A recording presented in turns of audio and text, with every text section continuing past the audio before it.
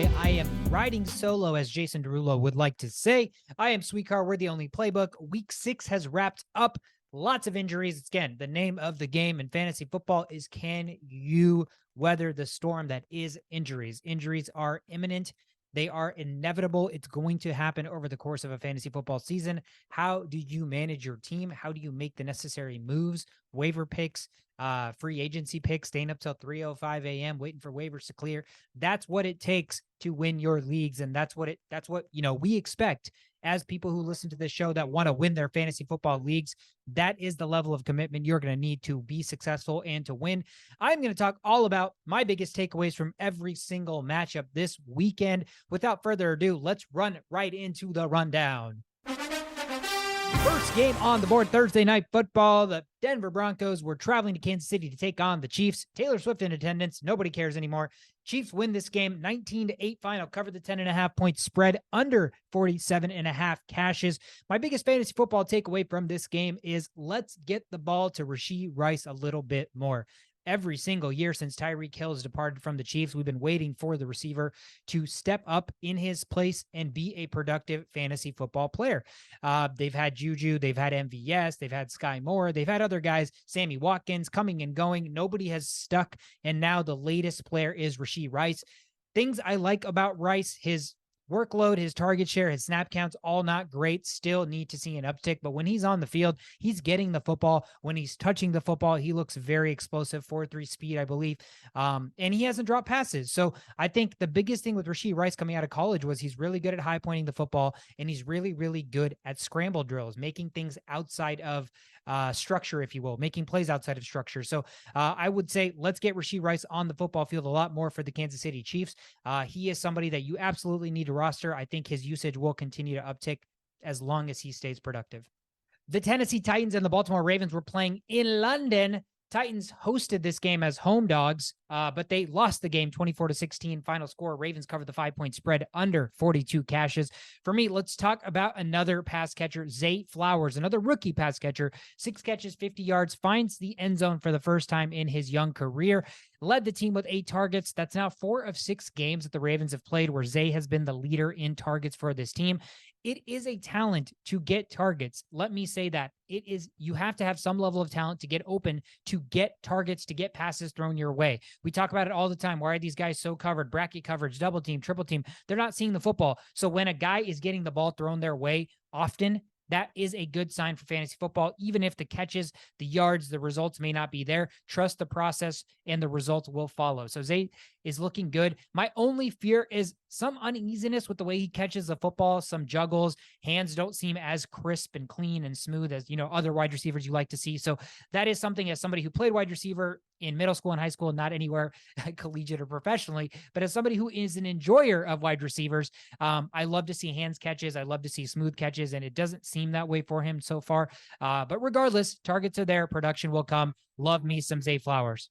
The Atlanta Falcons hosted the Washington Commanders at home. They were 1.5 point favorites, but the Commanders win this game as road dogs, 24-16, cover the 1.5 point dog spread, under 42 cashes. Let's talk about the Atlanta Falcons. If you've been listening to the podcast, you've heard me, some other guys talk about how you need to drop Drake London.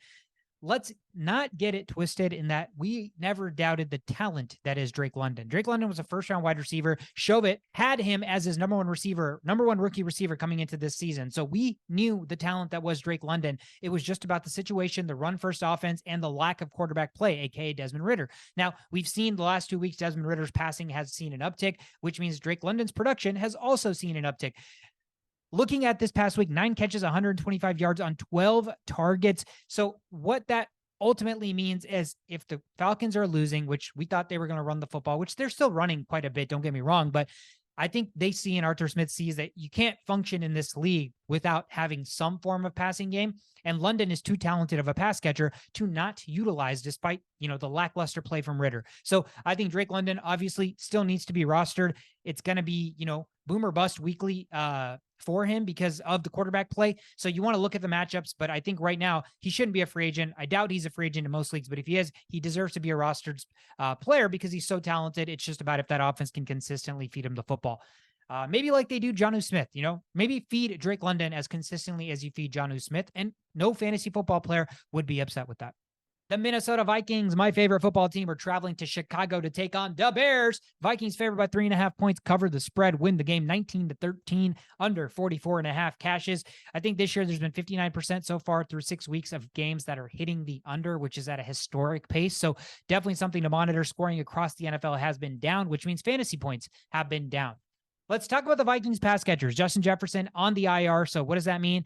KJ Osborne, Jordan Addison, TJ Hawkinson against this Bears defense should be feasting, absolutely feasting. And that wasn't the case. Offensive line played well, defense played well, but the offense could not get anything going. 2 of 13 on third downs. And they get San Francisco defense next week on Monday night as well. So looking at the production, TJ Hawkinson to me was going to be the biggest benefactor of JJ going down just because he's the most reliable pass catcher, even though he's been dropping passes way too much this year. He's the most reliable pass catcher behind JJ. So 6 for 50 on 8 targets. So he led the receiving core or the pass catching core with targets with 8. KJ Osborne 4 for 48 on 5 targets, and Jordan Addison 3 for 28 on 5 targets. But Jordan Addison did find the end zone. So salvage his fantasy day, but still Kirk Cousins 181 yards passing, not what you want to see against the Bears, not what you want to see if you were the recipient of Jordan Addison or you picked up KJ Osborne or if you had Hawkinson, not what you want to see with the JJ less offense not being able to get anything going against one of the worst defenses in the NFL. Now they get San Francisco on Monday night. So I don't know what to make of that. Right now, I am very hesitant, but the ball has to go somewhere. So Jordan Addison, KJ Osborne, TJ Hawkinson, you probably still have to start those guys because this is a pass-heavy offense that needs to throw the football somewhere. The Cincinnati Bengals hosted the Seattle Seahawks this week in Cincinnati. 3-point spread. They covered that spread, win the game 17-13. Another under, 45.5 cashes. Let's talk about the Seahawks. Another rookie wide receiver, JSN, has his best game as a rookie. 4 for 48, played a season high 53% of the, not 53%, sorry, 53 total snaps of the team's 73. DK played 57 and Lockett played 56. So he's right behind those guys. Most usage he had. Still tough to crack fantasy lineups as the third receiver on on an offense that Ken Walker is taking all the touchdowns away from, but he should help open up the passing offense if he can get going. Geno Smith, 5 passing touchdowns through 5 games, 22nd in the NFL. You want to see the pass catchers find the end zone a little bit more. If JSN can open up the offense, that's going to help passing go to DK's way, go to Lockett's way. So it's going to be production for fantasy all around. The San Francisco 49ers and the Cleveland Browns, battle of the 2 best defenses in football in Cleveland. Wow, what a game. 19-17. The Browns come away victorious as 9.5-point underdogs with PJ Walker, the ex-XFL star, starting the football game. Push 36. It wasn't over or under. It was exactly 36 points. So that over-under pushes. The 49ers decimated with injuries. CMC goes down. Debo goes down. Reports early indicate that they are both likely to play on Monday against the Vikings. They get that extra day of rest playing on Monday night. There's really no reason to rush these guys back if they didn't want to do so. So short term, you're looking at potentially Elijah Mitchell, Jordan Mason. Elijah Mitchell's been the backup to CMC for as long as we've known, but Jordan Mason this past week got more carries. Elijah Mitchell coming back from injury. I still think it's Elijah Mitchell's backfield. Debo Samuel, whether he plays or not, that remains to be seen. It is early in the week when they play Monday night, so definitely monitor those injuries. I expect Jordan Mason and Elijah Mitchell to be big waiver additions this week. The Miami Dolphins hosted the Carolina Panthers in a 14-point spread, and they went down 14-0 early. Oh my God, is this an upset? Absolutely not. It's not, because the Dolphins have the MVP of the league. That's right, the MVP of the league on their team. Who is that? It's not Tua. It's Tyreek Hill. It is Tyreek Hill. Let's put some respect on Tyreek Hill. Not that he's not getting respect, but respect to the level of this guy needs to be mentioned as the MVP of the league right now. They win the game 42-21, cover the 14-point spread, over 47.5 cashes. I mean, he's wide receiver 1 in all of fantasy football right now. He's easily going to pace for over 2,000 yards if he stays healthy. Right now, this offense completely runs through Tyreek Hill. He takes the top off. He is what the defense has to account for. That's why all of these other fast running backs and other players are benefiting, because you have to know where Tyreek Hill is at all times, and you have to address where Tyreek Hill is, and your entire defensive game plan basically has to revolve around how to stop Tyreek Hill. And with all that, they still can't stop him. Tyreek Hill right now, to me, through 6 weeks, is the MVP of the NFL. Next game on the board, the Jacksonville Jaguars were hosting the Indianapolis Colts. RIP to Anthony Richardson. It looks like he's going to be out for season. Really, really tough to see. Awesome young quarterback with a ton of potential. Excited to see him get back into the fold. Let's talk about the Colts and their running backs. They lose this game 20-37. Jags control this game start to finish, cover the 4-point spread over 44 cashes. Everybody wants to talk about Jonathan Taylor and the running backs on the Colts. The snap counts between Moss and Taylor still favored Moss, although leaning more towards more usage for Taylor, 39-33 for Moss. Taylor had 8 runs compared to Moss's 7. Moss had 26 pass downs compared to Taylor's 22. You can see it slowly shrinking, slowly becoming 50-50. And now I expect as weeks progress, it becomes more in favor of Jonathan Taylor. That's just the nature of the way it goes. No knock on Moss. He's been fantastic. The way I see this backfield unfolding is Jonathan Taylor is your first and second down back. And I think Zach Moss has earned enough of a right to be the third down back. That's not to say that Taylor won't be in on third downs during like important downs, goal line work, maybe third and shorts, etc. But I still think Zach Moss is going to see the football field on a lot of third downs. The New Orleans Saints traveled to Houston to take on the Texans. The Texans were 2-point underdogs at home. They win the game outright 20-13. Put some respect on H-Town under 42 cashes. Let's talk about H-Town a little bit. Dalton Schultz, the tight end for the Houston Texans. We need to talk about it. You know why? Let's talk about something.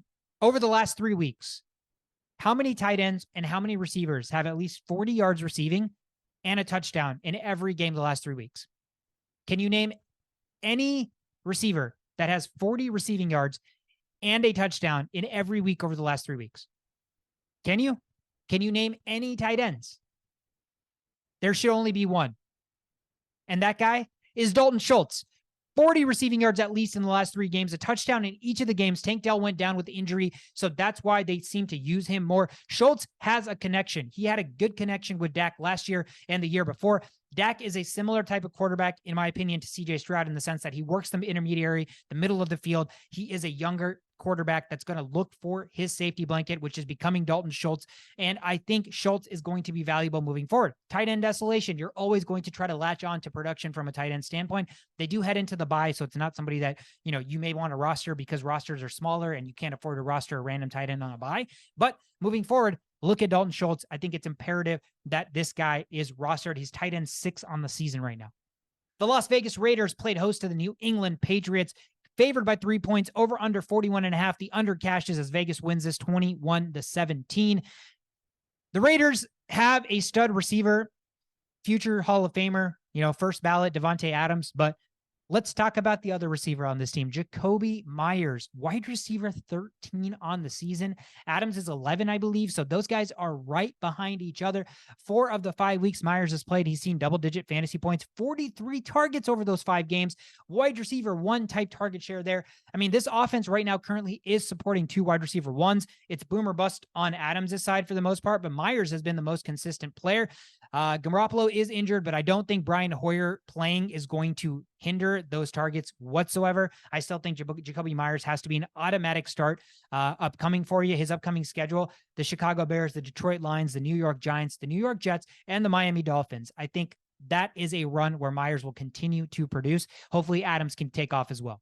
The Rams hosted the Cardinals this week, 7-point spread. They win the game 26-9, under 47.5 cashes. Man, the Rams offense looks explosive. Kyron Williams ran the ball hard. 22 carries, I believe, over 150 yards and a touchdown. That touchdown run was amazing, man. That dude is a warrior. Now, downside to being a warrior and running really hard, he's super small and he got hurt. And so he got hurt. His backup, Ronnie Rivers, is also hurt, who's actually probably hurt longer than Kyron Williams is. They've already said Kyron Williams most likely to miss this upcoming week. Enter Zach Evans. Zach Evans is number 3 on the depth chart. He is next in line to get those carries, but the Rams I think they have Royce Freeman on their practice squad. They elevated him to the active roster. They signed ex-Ram Darrell Henderson to the practice squad, and they also picked up Myles Gaskin. So there is a plethora of running backs running around here, a bunch of randos. I still lean Zach Evans. He's the rookie. He's the guy that I think is next in line to get the carries and the shares. But how much of that is he going to get? I don't know. How much are you spending to get Zach Evans? I don't know, especially because they said Kyren Williams may just miss 1 week. If you're a Kyren Williams owner and you have no other running backs to play, I think you can spend your waiver edition on this guy because he can plug into your roster this week in the absence of Kyren Williams. But if you're not a Kyren Williams owner, I don't know if you waste your roster spot, or waste your waiver pick on a 1 week plug and play player. If you're desperate, if you need to cling into a playoff spot, then certainly. But otherwise, I'm looking at Zach Evans. They do again have Henderson, Gainwell, Freeman. I'm not Gainwell, Henderson, Gaskin, Freeman all sitting there. So do with that information what you will. The New York Jets with one of the biggest upsets of the weekend, taking on the Eagles in New York, and they upset the Eagles, who are no longer undefeated, 20-14. They covered the 6.5-point dog spread under 43.5 cashes. On the Eagles side, their running back situation. By the way, real quick on the Eagles, they just signed Julio Jones. I don't know what anybody wants to do with that information. I don't think he's rosterable. He may have 1 week where he has, a touchdown. They have a week or something like that where he has 80 yards. But you have A.J. Brown, who is the guy. Devontae Smith is a stud. Dallas Goedert is there. Quez Watkins went on IR. I think that's why they signed Julio Jones, but you don't need to pick him up right now. There's really no need to. But let's talk about the running back situation. DeAndre Swift had looked like a stud in the carries that he had seen the first couple of weeks. This week, 10 carries, 18 yards on the ground, but 10 targets through the air, man. 10 targets, 8 catches, 40 yards, and a touchdown. I mean, that is running back one. That is ifto de facto, like insane numbers. You're looking at some Eckler numbers there, some Pollard numbers, CMC numbers, maybe even better than that for other guys that catch the ball. But 40-29 snap share versus Kenneth Gainwell. It's still Swift's backfield. Gainwell has not gone away, but Swift is absolutely the more productive player. The Tampa Bay Buccaneers were hosting the Detroit Lions, who look incredibly impressive on the road. They were 3-point favorites, over under 43. 20-6, the Lions win this game under cashes. They covered the 3-point spread.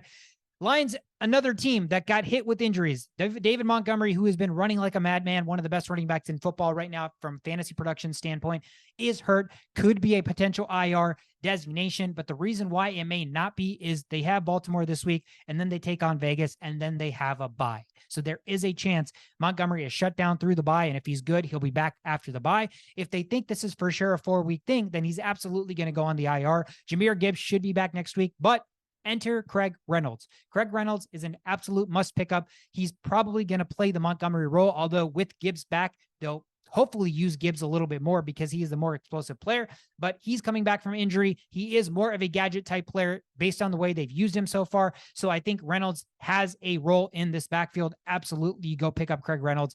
He is going to be one of the biggest waiver additions this week. Sunday Night Football brought us the Buffalo Bills hosting the New York Giants in an ugly football game in New York. The Giants cover the 15-point dog spread, another under 43.5, 14-9 was the final. It was disgusting, absolutely disgusting. Looking on the Bills side, not a lot I really want to talk about. Saquon Barkley was back. Really nice to see. Ton of usage. Hopefully that high ankle sprain can hold up and he can be a monster heading into the second half of the season. But the Buffalo Bills and the running back situation, Damian Harris, hopefully he's okay. Really scary situation. He got taken to the hospital, gave us a thumbs up. So hopefully things are good. He has movement everywhere. But they said it was a neck injury, I believe. So they are monitoring that and he should be out a while. James Cook, as much as we wanted him to be the guy, take the next step, they don't see him that way. He is losing touches on third down. He is losing touches in the goal line. Latavius Murray continues to vulture him. And if that's not the worst thing you've ever heard, Fournette is actually visiting the Buffalo Bills.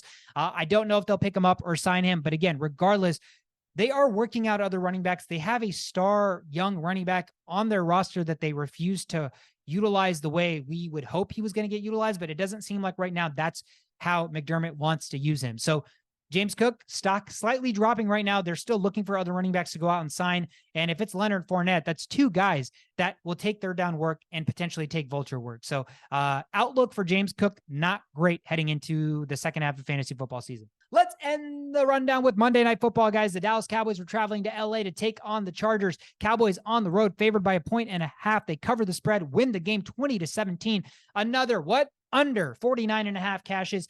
Austin Eckler was the story. He is back, baby, back in fantasy football. 14 carries, for a measly 27 yards. The Cowboys defense is really good. Did have 4 catches for 35 yards through the air on 6 targets. Usage already amazing, though. He was 99% ready to play. He looked healthy. He's only going to get healthier. Kelly had 1 rush. Isaiah Spiller had 1 rush. So this is a guy that is the guy all the time. If you're an Austin Eckler owner, congrats to you. Enjoy the rest of the season as a monster has been added into your lineup. Those are my biggest takeaways from every single football game this week. Hopefully you won your league. I happen to go 0-2 in both of my leagues, still tied for first place in the league of record at 4-2 with Dr. Oja. But in my other league, I am 6th place, clinging on to a playoff spot at 2-4. Justin Jefferson hurt. David Montgomery hurt. Deshaun Watson hurt. So just having to maneuver through the world that is injuries, but that is expected in fantasy football. Let me know what you guys think. How are you guys doing 6 weeks into the season? Do you guys need help? Message us, DM us. If you're watching on YouTube, hit the like, hit the subscribe button. It helps spread the word. We want to help you win your fantasy football leagues. That is what we're passionate about. If you're listening, you can listen to us on any podcast platform, social media, Instagram, Twitter, TikTok, at The Only Playbook. Give us a follow. I am Sweetcar. Again, we're The Only Playbook. Have a wonderful, wonderful week 7. Let's avoid injuries. 6 teams on bye. Make sure you are managing your rosters appropriately. Follow us if you can't do it yourself. We will help you. Have a great week. See you.